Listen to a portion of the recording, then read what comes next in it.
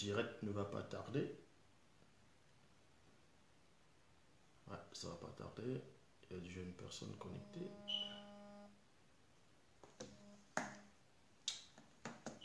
Donc, salutations à tous ceux qui se connectent. Salutations, salutations, salutations. Salutations à tout le monde. Et je sais que vous êtes au rendez-vous par rapport au direct sur la naissance de Noé. Donc, Womse, son vrai nom. On va entrer plus en profondeur. On attend qu'un peu plus de personnes puissent se connecter. Je sais qu'on est vendredi. Ah, Bekekedi, Tawata, Ruth, Barlou, Myriam, Sonja. Donc, connectez-vous, connectez-vous. Motati Timbe, Imani, Ruth. Donc, connectez-vous, connectez-vous et n'oubliez pas durant l'exposé, durant l'enseignement, d'envoyer des cœurs, beaucoup de cœurs, afin que le direct ne puisse pas être signalé ou arrêté. Et vous allez partager aussi le direct et envoyer beaucoup de cœurs. Et répondez aussi aux commentaires pour ceux qui vont pouvoir répondre aux commentaires. Donc, salutations à tous ceux, je n'ai pas prononcé le nom, salutations à tout le monde. On attend un tout petit peu qu'il y ait un peu plus de personnes qui vont se connecter. Donc, là, on va attendre un tout petit peu encore. Donc, on va commencer l'enseignement. On va commencer l'enseignement. Donc, ici, nous allons parler de la naissance de Womse, c'est-à-dire Noé. Vous savez, quand vous allez sur Google, sur Internet, vous tapez même Wikipédia ou les moteurs, d'autres formes de moteurs de recherche, vous tapez Noé, on va vous présenter un monsieur, un blanc, avec la barbe, avec 3 personnes à côté. On va devoir représenter le déluge, l'arche qu'il a construite, et on va vous dire que Noé a eu 3 enfants. Donc, et certains biblistes disent que les 3 fils de Noé, c'était 3 races distinctes, que c'était 3 races. Donc, il y avait la race noire qui, par rapport à Cam, dans Shem, et Sémite, dans Sem, sémitisme, donc sémitisme qui est, on va dire, selon eux, les Abraham, les faux juifs. Et il y a aussi Japhet, certains disent que Japhet, en gros, c'est la race asiatique. Et je dis ici, ce sont des barlivernes. Parce que même dans les Bibles actuelles classiques, il est dit dans Jean 3,11, nous disons ce que nous savons et l'on rend témoignage de ce qu'on a vu, donc de ce qu'on a pénétré en profondeur. Ici, on va entrer dans les sphères de la révélation. Comme j'ai toujours dit tantôt, la révélation, c'est révéler l'action. Beaucoup de personnes sont juste victimes de leur propre ignorance, sont juste victimes de la confusion intellectuelle, mentale, spirituelle et morale de beaucoup de personnes, de ceux qui viennent expressément égarer des gens qui ne sont pas assis dans les Écritures. Donc ici, avant de parler de la naissance de Womse, c'est-à-dire de ce que dans les Bibles classiques on va nommer Noé, il faut d'abord savoir à quelle époque ça a eu lieu. Le lieu, c'est très important. Écoutez attentivement, le lieu, c'est très important. Le lieu est vraiment très important.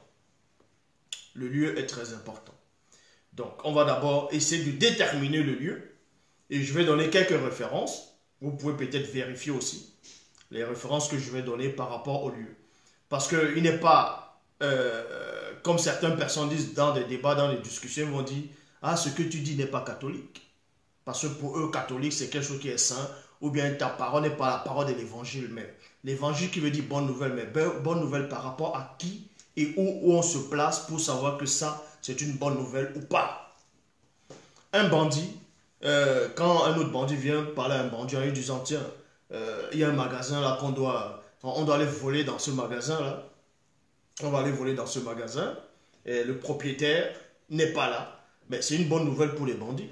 Donc tout dépend où on se place. Ici, on va aller tout doucement, on va mettre les choses à leur place. Donc, premièrement, Noé qui veut dire Wumse. Noé, son vrai nom, c'est Wumse. C'est un nom africain, en gros, Wasséen. Et Noé, c'est un nom Douala. Donc, et je dis encore ouvertement ici, Noé, c'était un ancêtre, un patriarche très important, un initié en chef, et il venait du peuple Douala, ancien. Donc, quand vous lisez dans les Bibles actuelles classiques, on vous dit qu'après le déluge, l'arche de Noé s'est arrêtée sur le mont Ararat. S'est arrêtée sur le mont Ararat. Selon les biblistes, selon les écrits, selon ce qu'on a essayé de vous raconter, d'expliquer, de plagier, de mentir, on vous dit que l'arche de Noé s'est arrêtée sur le mont Ararat. Et maintenant, quand vous tapez le mont Ararat, on va vous expliquer, d'autres vont dire que c'est en Turquie, d'autres vont essayer, toujours est-il que le mont Ararat, selon l'histoire que eux-mêmes ils vont écrire, selon l'emplacement géographique qu'ils vont placer ce mont-là, ne se trouve pas en Afrique. Or, il y a des versions des Bibles actuelles classiques qui confirment que l'histoire de Noé, donc l'arche de Noé, s'est bel et bien posée à un endroit, mais sauf que les autres, ce qu'on appelle continents, n'existaient pas encore. Est-ce que vous comprenez? Les autres continents n'existaient pas encore. Donc il n'y avait pas l'Océanie, il n'y avait pas l'Europe, il n'y avait pas l'Amérique, il n'y avait pas l'Asie. Et les scientifiques aussi le disent, ont conclu avec des preuves scientifiques que le tout premier continent, c'est Wassé, donc c'est ce que vous appelez l'Afrique. Et même selon quelques versions, comme je dis, il y a une version de la Bible de l'épée, on vous dit que dans Genèse 11, que l'Éternel est descendu sous forme de Melchisédek, il a fracassé la face du continent, et non des continents, mais du continent. Parce que dans Genèse chapitre 11, dans plusieurs versions, on vous apprend que c'est à partir de Genèse 11 que la terre a été fracassée en petits fragments. Et ça a donné la naissance des continents, en gros des bouts de terre que eux ils vont nommer continents. Or, avant ça, le déluge a bel et bien eu lieu avant Genèse 11, donc avant le grand cataclysme. Ce qui veut dire que l'âge de Noé, de celui qu'on va appeler Noé, même le Noé biblique ou l'histoire du Noé biblique, n'a pas pu se poser sur une montagne nommée Ararat. Parce que cette montagne-là n'était pas dans un pays en Afrique, c'était dans un autre continent qui n'existait même pas encore au temps de Noé. Ça s'appelle l'usurpation, ça s'appelle la tricherie, l'anti-vérité, l'anti-phrase. Donc, l'histoire du patriarche Wumse biblique a été pris dans les tablettes sumériennes. Et on sait que dans la Sumérie, dans la Mésopotamie antique, ça, on l'avait démontré déjà, c'était dans l'Afrique. C'est toujours en Afrique. Dans Babylone, la Mésopotamie antique, c'était bel et bien en Afrique. Donc, l'histoire du vrai Wumse, c'est bel et bien déroulé en Afrique. Là, c'est d'abord géographiquement. On doit d'abord, parce que beaucoup de personnes, des tétards, des gens qui n'ont aucune substance spirituelle, vont dire, oui, mais Zulu, là, c'est bien beau, tu parles bien, tu as de la connaissance, mais il faut prouver des choses scientifiquement. Mais la science, c'est quoi? Le mot science, c'est quoi? Le mot science, ça ne veut pas dire les gens qui sont assis dans les laboratoires, les gens qui sont assis derrière le bureau. Ce n'est pas ça la science. La science, ça veut dire la connaissance. Est-ce que vous comprenez? C'est pour ça qu'il est dit l'arbre de la connaissance du bien et du mal. Dans d'autres versions, l'arbre de la science du bien et du mal. Donc, c'est ça la connaissance. Donc, si vous voulez comprendre, je suis un scientifique spirituel. Et quand je vous dis des choses, Jean 3, 11, nous disons ce que nous savons et l'on rend témoignage de ce qu'on a vu. Ce que je dis, c'est vrai. Ceci étant accepté par beaucoup d'entre vous, on va entrer dans le cœur du message. Ce que je venais de dire, c'était l'introduction. Donc, le lieu de naissance du patriarche Wumse a bel et bien eu lieu quelque part avant la grande dérive des fragments du continent. C'était un seul bloc à cette époque-là. Et on vous dit ici, on va aller dans Kalata Doubissé, c'est-à-dire le livre d'Enoch. Kalata Doubissé, voilà, il est sorti. Vous pouvez, vous allez dans les éditions Zoula 100.com, la version originale du livre d'Enoch, donc c'est-à-dire de Doubissé, ou bien d'autrement dit Doubissé.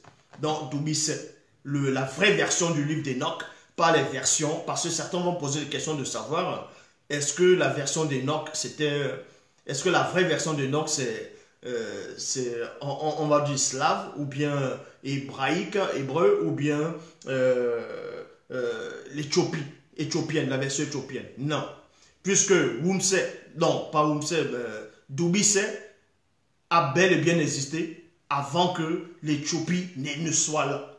Doubissé a bien existé, a bien été manifesté dans le visible avant que Noé lui-même ne puisse naître. Donc, la version authentique du livre d'Enoch n'est pas hébraïque, n'est pas, on va dire slave ou bien ce qu'ils vont dire, n'est pas hébraïque, n'est pas éthiopienne. Voici la vraie version de c'est-à-dire de Doubissé, le vrai livre d'Enoch. Toutes ses paroles, son expérience, tous les noms, en gros, ici on donne même le nom des anges déchus. Une grande partie d'anges déchus qui ont couché avec les femmes sur la terre. On donne même le nom des entités qui sont venues voir Enoch, qui sont venues le rendre visite. Bref, on dévoile ici des choses que vous n'allez voir c'est-à-dire dans aucun document, dans aucun livre, nulle part ailleurs. Donc ici, on va pénétrer dans la révélation. Dans Kalata Doubissé, chapitre 1, versets 540 à 556, on vous apprend qu'après ces révélations hors du commun, il y a virgule. Ça veut dire quoi? Parce que Doubissé, qui était un ancêtre très avancé spirituellement, a vécu bien avant le déluge, bien avant le grand cataclysme, donc bien avant Genèse 11, bien avant Genèse 6, ainsi de suite. Il a reçu une expérience spirituelle, il est sorti de son corps, il a vu des choses, il a vu le passé, il a vu le présent, il a vu l'avenir, donc le futur, il a vu des temps, l'espace-temps, il a vu des dimensions, il a vu des réalités que beaucoup de personnes ne peuvent pénétrer, ne peuvent concevoir. Et parmi ces réalités-là, Doubissé a vu la naissance de Wumse, d'Enoch. C'est pour cela que le Vatican, ou bien l'Église romaine, a refusé catégoriquement de mettre quelques versions, ou bien même les versions trafiquées, des livres d'Enoch dans le canon. Parce que quand vous lisez même les livres d'Enoch, on va dire même trafiqués, vous allez comprendre que non seulement ça met en cause l'existence de ce Jésus-Christ-là, de Jésus de Nazareth, je dis bien toutes les versions des livres d'Enoch, même apocryphes, mettent en doute la naissance de Jésus-Christ, de Jésus de Nazareth, donc contredit la Bible. Je répète, toutes les versions des livres d'Enoch actuels contredisent la Bible actuelle, toutes les Bibles classiques. C'est en cela où ils ont décidé, ils ont décrété qu'ils ne vont pas le mettre dans les canons. Donc, dans le livre d'Enoch, on parle de la naissance de Melchisedec, la naissance de Noé, mais il y a des versions trafiquées où on vous fait croire que Noé était un albinos. Il veut faire croire, mais mal écrit néanmoins, que Noé était albinos. Et il y a des Mongols qui reprennent cela sans comprendre l'essence même de la spiritualité ancestrale et pour venir raconter des hérésies. Or, celui qu'on appelle Doubissé, qui veut dire baptisé et en même temps initié, c'est ça le vrai nom d'Enoch, a bel et bien vu la naissance de l'un de ses petits-fils.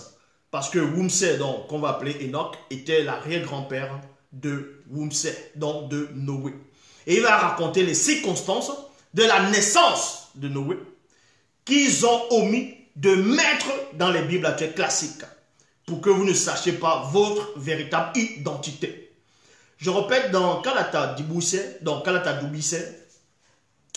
le livre de Enoch, chapitre 1, verset 540 à 556, il est dit, après ces révélations hors du commun, dit Bangane et Bidiedi, donc Biedi, Biedi et Dibangane, c'est deux entités, deux êtres de lumière qui sont descendus, qui se sont manifestés dans le passé, qui est le présent de Doubissé. Donc, ils sont manifestés, ils l'ont pris, ils sont partis avec lui dans le grand ordre des choses, dans le monde spirituel, dans le non visible. Et là-bas, comme j'ai dit, il a vu des expériences hautement spirituelles. Et parmi ces expériences, ce qu'on va décrire aujourd'hui, c'est la naissance de Wumse, comment ça s'est passé. Donc, après ces révélations hors du commun, Dibangane et Biedi me transportèrent encore dans une autre réalité. Dans une autre réalité, point virgule, ce fut dans le futur du visible de mon fils Mouketi. Mouketi. Donc, Mouketi, c'est qui? Dans les Bibles classiques, on le connaît sous le nom de Methuselah. Son vrai nom, c'est Mouketi. Donc, le fils de Doubissé, c'était Mouketi. Et il a vu le futur de son fils. Avant que ce futur ne se manifeste dans le visible, lui néanmoins, là où il était, il a néanmoins vu le futur de son fils quand son fils était grand. Il a vu son fils quand son fils était grand et comment son fils a eu un enfant plus tard. Et il raconte cela dans son livre. Et voici ce qu'il dit. Après ces révélations hors du commun, Dibangane et Biedi me transportèrent encore dans une autre réalité. Ce fut dans le futur du visible. Et oui, parce qu'il y a le futur du non visible, il y a le futur du visible. De mon fils Mouketi. Dans ce futur, il y a virgule, mon fils Mouketi avait un fils du nom de Motangum. Motangum. Donc Motangum. Ngum qui veut dire la force. Qui veut aussi dire, Ngum veut dire la force ou la puissance. On peut aussi dire la force et la puissance, toujours dans la langue douala, Nginya ou bien Ngoudi. Donc ici c'est Motangum. Donc vous comprenez que le fils de Dibouissé, donc de Enoch, il avait un fils. Avant de partir, son fils était encore jeune. Son fils était jeune, il n'avait pas encore l'âge pour procréer, pour avoir une femme. Et Dibouissé, dont Enoch, est sorti de son corps pendant ses expériences spirituelles, ses expériences, on va dire, initiatiques. Là-bas, il a vu l'avenir de son fils quand son fils était grand et son fils avait eu un autre enfant. Et voilà comment il raconte ici. Dans ce futur, un instant, dans ce futur, mon fils Mouketi avait un fils du nom de Motangum. Et je vis Mouketi proposer à son fils Motangum une très belle femme noire, initiée, du nom de Mouyao, qui veut dire l'amabilité, la politesse, la bonté. Est-ce que vous comprenez? L'amabilité, la politesse et la bonté. Plus tard, Mouyao devint enceinte et par la suite, et dans la suite, elle mit au monde un beau garçon noir par l'intervention de l'entité en charge des naissances et l'entité en charge de l'introduction dans le visible. Motangum, qui est le mec, dans les Bibles classiques, on l'appelle les mecs. Donc le mec, c'est Motangum, et sa femme Mouniao donnèrent à leur fils le nom de Wumse, donc Noé. C'est pour cela que dans les Bibles classiques, dans aucune version des Bibles classiques, on ne va même pas parler, on ne va même pas donner le nom de la maman de Noé. Parce que les femmes, ils méprisaient tellement les femmes, on ne donnait presque pas les noms des femmes. Les seules femmes qu'on nommait peut-être, c'était, on va dire, dans les Bibles classiques, on va dire Ève, on va dire Dorcas, Tabitha, Marie, Élisabeth, vous voyez? Mais les autres femmes, ça ne les intéressait pas. Parce que, non seulement ça ne les intéressait pas, mais parce qu'ils ne connaissaient pas la vraie histoire. Donc, vous apprenez ici que dans les Bibles classiques, on nommait seulement le père de Noé. Or, dans la vraie version du livre d'Enoch, on nomme bien, on vous donne l'identité de sa mère, de la maman de Noé. Donc, Motangoum et sa femme Mouyao donnaient à leur fils le nom de Wumse. Lors de la naissance de Wumse, les entités des eaux, c'est-à-dire Mindima Madiba, les entités des eaux, non pas les Menguma Madiba. Parce que remarquez qu'à cette époque, ici là, à cette époque de la naissance de Noé, oui, à cette époque ici, on va aller tout doucement. Oui, à cette époque de la naissance de Noé, ici là, on faisait allusion aux entités des eaux et non aux Mengu Mamadiba. C'est deux choses. Les Mengu Mamadiba, comme j'ai toujours expliqué, ce sont les démons. Les démons et les démons des eaux. Maintenant, Mindi Mamadiba, ce sont les entités des eaux ici. Donc, lors de la naissance de Wumse, c'est-à-dire de Noé, les entités des eaux qui ont autorité sur les eaux du déluge apparurent et se tinrent au-dessus de la troposphère. Vous voyez, troposphère, il y a point ici. Donc, lors de la naissance de Wumse, il a bel et bien eu quelque chose qui s'est manifesté. Il y a eu des événements, de même que par rapport à Pongise, Mundi, Wedon, Abel et Caïn, celui qu'on va appeler Abel et Caïn dans les Bibles classiques. Quand ils sont nés, il y a eu des phénomènes surnaturels qui sont produits. Et là, vous voyez, quand celui qu'on appelle Noé est né, on vous apprend qu'il y avait des entités des eaux qui avaient autorité sur les eaux du déluge. Or, remarquez que lors de la naissance de Noé, le déluge n'avait pas encore eu lieu. Même avant sa naissance, il n'y avait pas encore le déluge, tel que vous le concevez bibliquement. Mais ces entités apparaissent. Parce que quand Noé va se manifester dans le visible, non seulement derrière lui, il y a les entités, il y a deux sortes d'entités qui vont apparaître, l'entité en charge des naissances et l'entité en charge de l'introduction dans le visible. Donc on vient l'accompagner dans le visible pour remplir sa mission. Est-ce que vous comprenez? Donc maintenant, quand il va naître, il y a d'autres signes qui vont se produire, d'autres manifestations spirituelles qui vont se manifester. Et on vous dit ici que c'était les entités des eaux qui ont autorité sur les eaux du déluge. Ça veut dire quoi? Ces entités-là se sont manifestées dans le visible, mais elles se sont manifestées dans le passé, qui est le présent de la naissance de Wumse. Est-ce que vous comprenez? Donc, si vous voulez réellement comprendre, avant que le déluge n'arrive à l'époque de Noé, ces entités-là se sont manifestées, avaient déjà vécu le déluge plusieurs fois.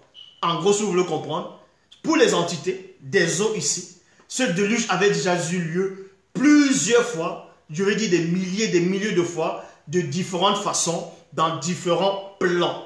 Est-ce que vous comprenez? Mais il y avait seulement un plan qui devait être manifesté et choisi et établi. C'est ce plan que vous connaissez par rapport à l'histoire de Noé, en tout cas la bonne histoire. Lors de la naissance de Wumse, les entités des eaux qui ont autorité sur les eaux du déluge apparurent et s'éteignent au-dessus de la troposphère. Point. Wumse avait les cheveux crépus, noirs, colocosi. Colocosi, c'est crépus, avec les cheveux noirs, colocosi.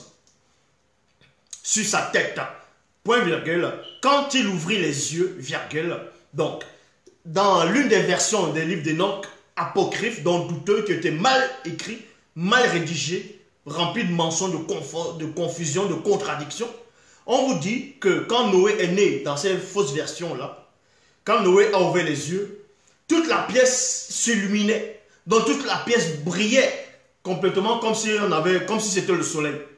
Vous voyez? Ça veut dire quoi? Noé n'était pas une entité. Noé, ce n'était pas une entité. Ce n'était pas un esprit qui était né.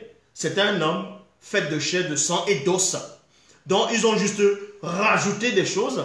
Ils ont rajouté des balivernes sur la naissance de Noé pour étouffer l'affaire, pour faire croire autre chose. Alors, la vraie histoire, c'est quoi? Quand le petit enfant Noé a ouvert les yeux, la pièce fut aussitôt remplie de brouillard mystérieux et inhabituel. Ceci est logique. Pourquoi? Parce que les entités des eaux avaient déjà fait leur apparition. Les entités des eaux pour annoncer un grand cataclysme qui devait s'abattre à un moment donné dans l'histoire des hommes, dans le visible.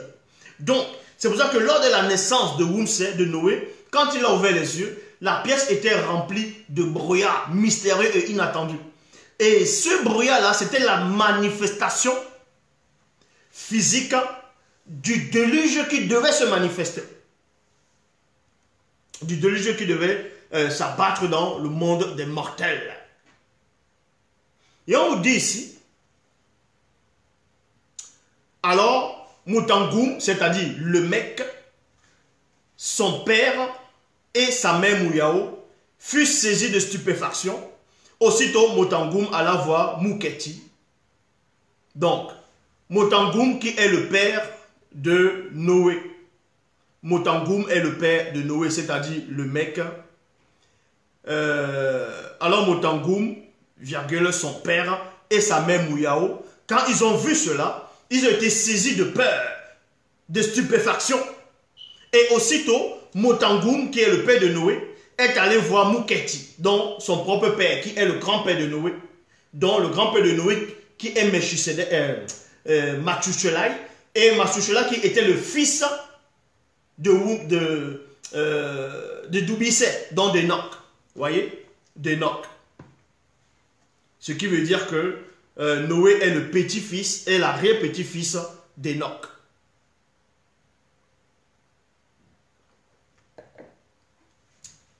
Donc, le père de Noé, la mère de Noé, c'était des Noirs. C'était des Noirs. Est-ce que vous comprenez? C'était des Noirs. Et à cette époque, lors de la naissance de Noé,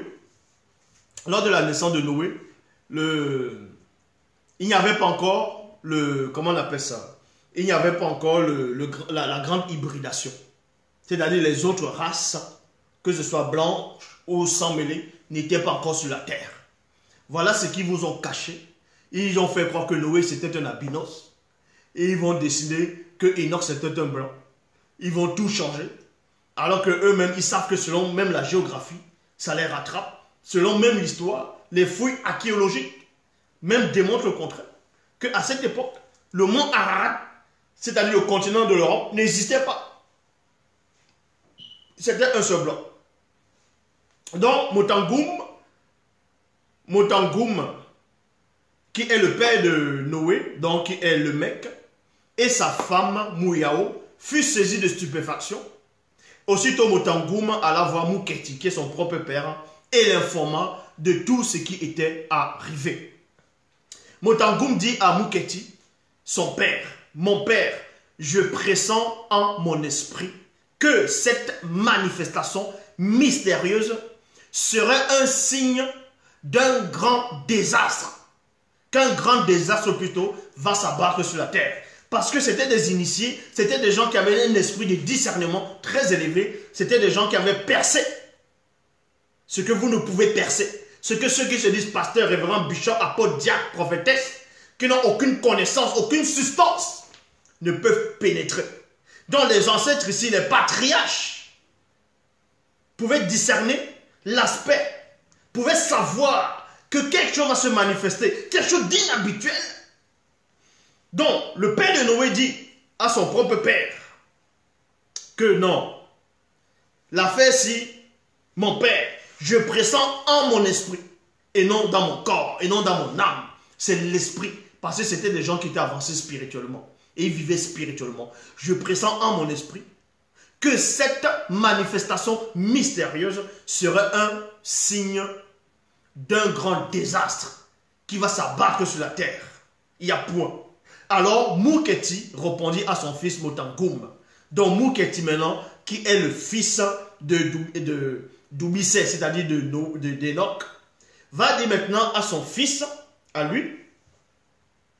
Alors Mouketi répondit à son fils Mutangoum et lui dit, Mutangoum, mon fils, t'étais par son verbe, a permis par la manifestation, de l'acte spectaculaire, donc extraordinaire, surprenant, impressionnant, étourdissant, émotionnant. qui est incontestable et inévitable. Ça veut dire quoi? Le grand-père de Noé, avant même que Noé ne soit né, avant même que le fils, avant même que le père de Noé, le grand-père de Noé, lui, savait déjà qu'un grand cataclysme allait s'abattre sur la terre, que le déluge allait arriver sur la terre. Et qui lui a donné cette information? Si ce n'est son propre père, donc Enoch, d'Oubissé. Son propre père d'Oubissé. Voilà pourquoi il dit ici, un grand malheur, c'est-à-dire désastre, lui, un grand cataclysme va surgir sur la terre. Telle est la révélation que j'avais reçue de mon père d'Oubissé, c'est-à-dire de mon père Enoch, de mon père d'Oubissé, en compagnie de ma mère et mes frères et sœurs, après qu'il ait réintégré plutôt son corps physique au retour de son déplacement dans le monde spirituel. Il y a point ici. La question maintenant est de savoir pourquoi le fils de Enoch n'avait pas dit ça à son propre fils quand son propre fils a grandi, que voici ce qui va se passer plus tard. Non, parce qu'il y avait des choses qu'on devait demeurer cachées. On doit sceller certaines révélations. Parce que si on vous dit choses, si on vous disait tout, ça pouvait modifier votre avenir. Ça pouvait modifier, on va dire, votre destin, votre destinée. Bon, destinée, maintenant, c'est pas tout le monde qui a le destin, ça j'avais expliqué. Maintenant, il dit ici, et cet enfant, Wumsé, dans Noé, sera très important et influent. Il aura aussi une grande responsabilité à l'époque du grand cataclysme qui va s'abattre sur la terre. Du grand cataclysme qui va s'abattre sur la terre. Voilà ce que le grand-père de Noé disait au père de Noé. Donc, on avait déjà prophétisé. Avant que Noé n'arrive, on avait déjà prophétisé sur lui. Sur ce qu'il devait faire. C'est en cela où quand il vient dans le visible, son nom, on avait déjà nommé son nom. Donc, on n'a pas inventé un nom comme ça. Comme maintenant, on trouve n'importe quel nom, on donne les noms bizarres aux gens. Un enfant va naître, il regarde, vous regardez un film, quelqu'un s'appelle comme ça, un chanteur s'appelle, ah tiens, j'aime bien ce nom, je donne ça à mon enfant. C'est pas comme ça. On donnait des noms aux enfants, en tout cas dans l'Afrique ancestrale, en fonction des époques, en fonction des circonstances, en fonction des événements, en fonction de la mission de l'enfant. Est-ce que vous comprenez? Et remarquez qu'à l'époque, dans l'Afrique ancestrale, avant que les colons n'arrivent, avant que les missionnaires n'arrivent, à introduire les soi-disant religions dites révélées, les fausses religions, les fausses divinités abominables, en Afrique, chaque personne portait son propre nom. Et le nom de la personne, dans le sens initiatique, c'était son propre esprit. Donc, chacun portait son propre nom. Ça veut dire quoi? Tu ne portais pas le nom de ton père par rapport à la filiation, comme on voit maintenant. Ton père va s'appeler tel. On va aussi te donner le nom de ton père, on va te donner un autre prénom. On va rajouter même le nom de ton oncle dans ton nom au fur et à mesure. Or, avant, chacun portait son nom. Chacun va porter son nom en fonction de sa naissance, en fonction de l'événement. C'est qu'on va dire Yololo. Yololo, on va l'appeler Isaac, qui veut dire rire. Mais, au moment où on a annoncé la naissance d'Isaac, sa maman, elle a ri. Sa maman, elle riait. Vu que sa maman, elle a rigolé, son fils devait porter ce nom-là. Son fils Isaac, c'est-à-dire Yololo, a porté le nom de rire. Maintenant, pourquoi il a porté ce nom de rire? Et on voit que quand lui, Isaac, plus tard, il a eu des enfants, Benenyodita et Tindi, donc Esau et Jacob. Jacob s'est joué. Selon les Bibles actuelles classiques, il s'est joué d'eux. Donc, ici, on n'est pas là pour parler de la descendance ou bien des esprits familiers. Donc, cet enfant Wumsé, donc qui est Noé, on avait déjà prophétisé sur lui. de la manifestation du déluge, de ce qui allait arriver. Le grand-père de Noé et l'arrière-grand-père de Noé étaient déjà informés de ça. Si vous voulez comprendre, celui qu'on appelle Moto et celle qu'on appelle Muto étaient informés de ça aussi. Et oui, Moto et Muto étaient informés de ça. Avaient déjà tout vu, la fin du monde, de tout, lors de les déplacements. Mais ici, on n'est pas en train de parler de Moto et de Muto. On vous apprend qui était Noé.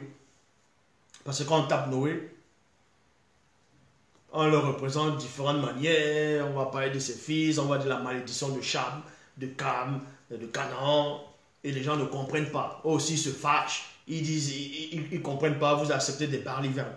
Il faut d'abord rétablir l'ordre établi. Donc, maintenant, on vous dit que moi, Doubissé, donc moi, Enoch, je vis encore Mouketi dire à son fils Motangoum, Motangoum, mon fils, voici le livre de Doubissé, dont Enoch, mon père. Quant à Oumse, donc quant à Noé, ne lui révèle pas le contenu de ce livre, virgule, ni à tes autres enfants qui naîtront plus tard de peur de changer le futur. Voici ce qui s'est passé. Donc, Doubissé, qui est Enoch, va écrire le livre par rapport à l'expérience, à tout ce qu'il a vu dans le grand temps des choses, à tout ce qu'il a vu et appris. Donc, il descend, il enseigne ses enfants, il va enseigner ses enfants au fur et à mesure. Il va enseigner ses enfants, il va les initier. Il va initier sa femme, ses enfants. Et il dit maintenant à l'un de ses fils que de ne pas montrer le contenu de ce livre-là à ses enfants. À ses enfants. Ni à Oumse plus tard, il va le dire ici. De peur que tout ce qui est marqué là, les concernant eux, puissent modifier les futurs. Puissent modifier les futurs. C'est pour ça que il y a des choses qu'on ne permet pas que vous puissiez savoir. C'est pour ça qu'il est dit, mon juste vivra par la foi. Bon, pas seulement la foi, les œuvres aussi. Heureux ceux qui croient sans avoir vu. Mais sache néanmoins que dans un temps connu, certains hauts dignitaires issus de notre race noire seront informés de l'existence du contenu de ce livre. Vous voyez, de ce livre. Et plusieurs d'entre eux le réécriront. Et ces écrits seront des copies, point virgule. Cela arrivera bien longtemps après le grand cataclysme. Donc, bien longtemps après le grand cataclysme, ils ont commencé à réécrire. Ils ont commencé à réécrire l'histoire de Noé. L'histoire d'Enoch. Bien longtemps après le grand cataclysme, ils ont commencé à écrire l'histoire d'Enoch. D'abord en Afrique. Donc, dans la Babylone antique, la Mésopotamie, ils ont l'histoire de Gilgamesh. On parle du déluge de Gilgamesh, ainsi de suite. Ils ont commencé à réécrire. Ils ont mis les noms des déesses, des démons, qu'on veut appeler des déesses, ainsi de suite. Ils ont dit que les hommes faisaient trop de bruit. Et puis les dieux ont décidé de détruire les hommes sur la terre. Et les faux juifs ont repris l'histoire. Ils ont créé l'histoire de Noé biblique dans les Bibles actuelles classiques que vous connaissez. Donc il y a eu plusieurs épopées, plusieurs civilisations, plusieurs récits de déluge en fonction des pays, en fonction des civilisations et des époques. Mais la vraie époque, c'est là. L'origine même du déluge. Le déluge initial, c'est dans ce livre. Vous voyez, avec les vrais noms qu'on donne, on donne le nom des entités, des anges déchus. On explique tout en détail, en profondeur. Tout est expliqué. Comment Satan a fait pour chuter. Pourquoi il a chuté. Les noms des anges déchus, on explique tout en profondeur, les noms des anges dessus, quelques anges dessus, une grande partie, les chefs qui sont accouplés avec les femmes sur terre. Tout est expliqué dans le livre d'Enoch. Dans la vraie version en tout cas. Et vu que ça ne les arrangeait pas, ils ont embrouillé, fait des copies. Ils ont fait croire que Enoch parlait de Jésus-Christ. Que Enoch parlait de Jésus qui devait venir avec ses myriades d'anges.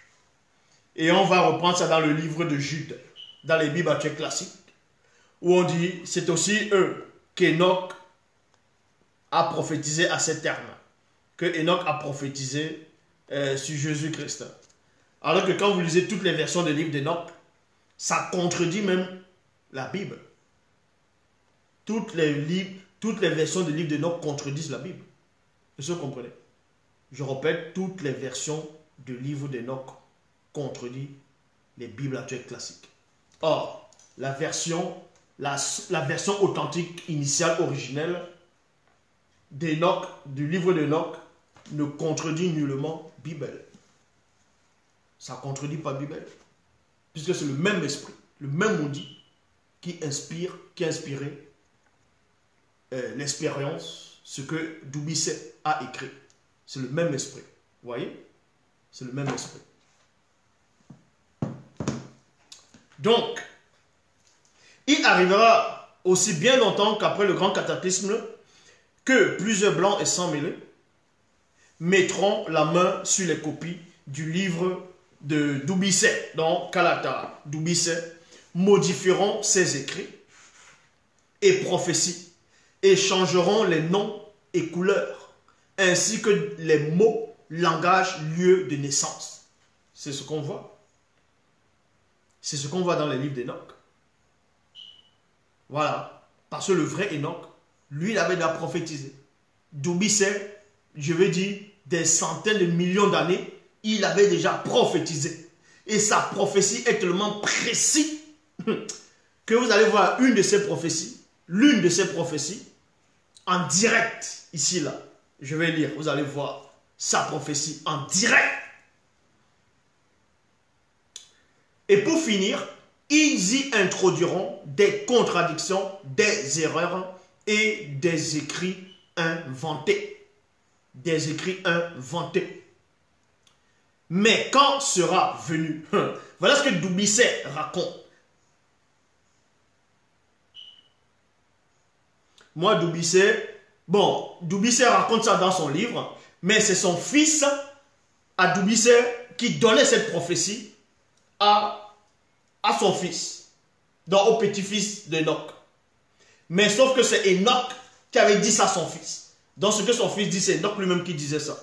Parce qu'il a eu la révélation de son père. Donc il dit ici, et pour finir, ils y introduiront des contradictions, des erreurs et des récits inventés. Point. Mais quand sera venu, écoutez la révélation depuis des siècles. Cette histoire s'est produite quand? En quelle époque? Parce que les gens vont me dire, ouais mais Zouloula, il faut donner des dates. Mais quelle date? En fonction de quel calendrier? Le calendrier julien? Le calendrier Maasai ou bien Maya? Le calendrier romain? Le calendrier égyptien? Quel calendrier? Vu qu'à cette époque, les Égyptiens n'existaient pas encore. Donc, il n'y avait pas de calendrier égyptien ici. Le calendrier égyptien est plus ancien que le calendrier romain. Donc, vous voulez quelle date? Vous voulez quelle date?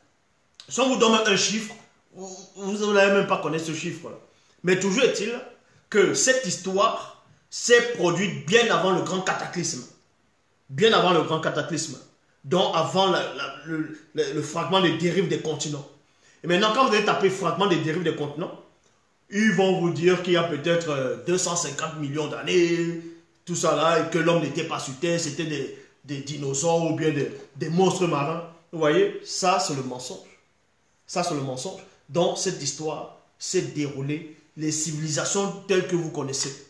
Ou bien ce qu'on va vous dire, l'âge de pierre, on vous dit la plus vieille écriture, c'était l'écriture sumérienne ou en Mésopotamie, tout ça, ça c'est faux. Le problème c'est qu'ils ne peuvent pas aller où c'est interdit. Ils ne peuvent pas aller où c'est interdit. C'est pour ça qu'ils ont recommencé. Ils ont refait des calendriers. Jusqu'à maintenant, ils ont fait maintenant, vous comptez, on vous dit maintenant que vous êtes en 2020. Vous êtes en quel 2020? 2020 par rapport à quoi? Depuis la naissance du monde, jusqu'à maintenant, vous pensez que c'est 2020? Ils vont vous dire non, c'est à partir de Jésus, maintenant on a fait l'an 0. Mais Jésus c'est qui? Jésus c'est qui pour qu'on dise à l'an 0? Donc, et la maman de Jésus, là, selon les Bibles actuelles classiques, pourquoi on ne compte pas à partir d'elle? Donc on efface même l'âge tout de la maman de Jésus, non? On compte maintenant à partir de ce Jésus. Et vous êtes dans cette date, les fausses dates. Et vous dites à Zulu là, mais dis-nous la date. Mais si on vous dit la date, est-ce que vous allez accepter cette date-là? Donc je répète, l'histoire, la prophétie s'est réalisée bien des siècles. Il y a plus de 10 000 ans, il y a plus de 20 000 ans que cette prophétie a été donnée. Et regardez comment ça se réalise devant vos yeux. Voilà ce que Enoch écrit dans son livre. Et c'est son fils qui racontait ça à son fils. Il dit, pour y finir, ils y introduiront des contradictions, des erreurs et des récits inventés. Mais, virgule, mais, des siècles, plus de 2000 ans, plus de 3000 ans, plus de 10 000 ans, plus de 20 000 ans en arrière. Il pèse la vision. Parce que il avait l'esprit d'un Tempéda Mundi. Il pénètre dans la révélation. Il voit, il traverse à travers les civilisations, à travers les époques. Et il a vu cet instant. Il a vu cette époque-ci. Il dit, mais, quand sera venu le deuxième, à son époque visible, virgule, il établira, il rétablira le récit authentique du livre de Doumbisset, Enoch. Voilà. Le deuxième est là, il a rétabli. J'ai réalisé la prophétie. Qui parmi vous, dans le monde entier, peut se prétendre d'avoir réalisé une prophétie? Qu'une prophétie, on a prophétisé sur lui, il a réalisé cette prophétie. Vous qui dites que vous êtes des prophètes, des bishops, des maréchals, des mongols, des tétards, voici une révélation, une prophétie qui a été donnée des siècles, plus de 20 000 ans en arrière. Je dis bien plus de même 100 000 ans en arrière, je le dis. Ça s'est réalisé. Voici, j'ai réalisé cette prophétie. J'ai réalisé cette prophétie. Voilà. Mais quand sera venu le deuxième est là. À son époque du visible, le visible est là, vous me voyez, il rétablira le récit authentique du livre de Doumbisset. Voilà. Ça veut dire que quand Enoch écrivait, le vrai Enoch, dans Doumbisset, et quand il a de la prophétie, la révélation à son fils a dit ça à son fils. C'est-à-dire que quand il disait, il voyait ce qui allait se passer. Et il le dit. Et le Mundi vient confirmer. Il ne s'arrête pas sur sa prophétie. Il poursuit, il dit ceci. Je répète, mais quand sera venu le deuxième, à son époque du visible, il rétablira le récit authentique, voilà, du livre de Doumbisset dans Enoch. Et celui de Kalatambale. Voilà. Et celui de Kalatambale. Voilà. Et celui de Kalatambale. Et celui de Kalatambale. Voilà. Les deux prophéties sont réalisées. Les deux prophéties. Et vous appelez ça quoi? Vous appelez ça quoi? Non mais, vous appelez ça comment? Mais la gloire ne revient qu'à l'Oba seul. Et dans la suite, on dit, par la suite, Motangum, donc le mec et sa femme Mouyao, eurent des enfants après Wumse, du nom de Wele. Wele. Du nom de Wele. Donc le frère de Wumse. Nulle part dans les Bibles classiques, on donne le nom des frères et des sœurs de Noé. On vient vous raconter des parlivins dans les Bibles classiques. On vous dit que Noé avait des frères et des sœurs, c'est bien. Mais pendant le déluge, on ne parle pas de ses frères et de ses sœurs. Il n'y a que lui qui a sauvé sa femme ses 3 enfants et ses 3 belles-filles. Ah, on vous dit qu'il y a 8 personnes. Donc, les frères et les sœurs de Noé n'étaient pas des initiés pour être sauvés. Voilà comment ils ont modifié les Écritures. Donc, par la suite, Motangoum, donc, qui est le mec, et sa femme Mouyao eurent des enfants après Wumse, donc après Noé, du nom de Wele. Wele, donc, frère de Wumse. Welisane, sœur de Wumse. Bewenji, donc, deuxième frère de Wumse. Et Pumboa, deuxième sœur de Wumse. Voilà les noms qu'on donne. Ici, c'est avec précision. On ne tâtonne pas. Ici, on ne tâtonne pas. Loba, qui vit inexplicablement hors de toute réalité, c'est encore glorifié. Maintenant, comme je dis, dans cette époque ici, dans votre époque, qui est le passé, mais votre présent, nous sommes vendredi. Et il y a les questions-réponses pour ceux qui savent où se connecter. Allez vous connecter, il y a des questions-réponses. Donc, Loba, c'est toujours glorifié.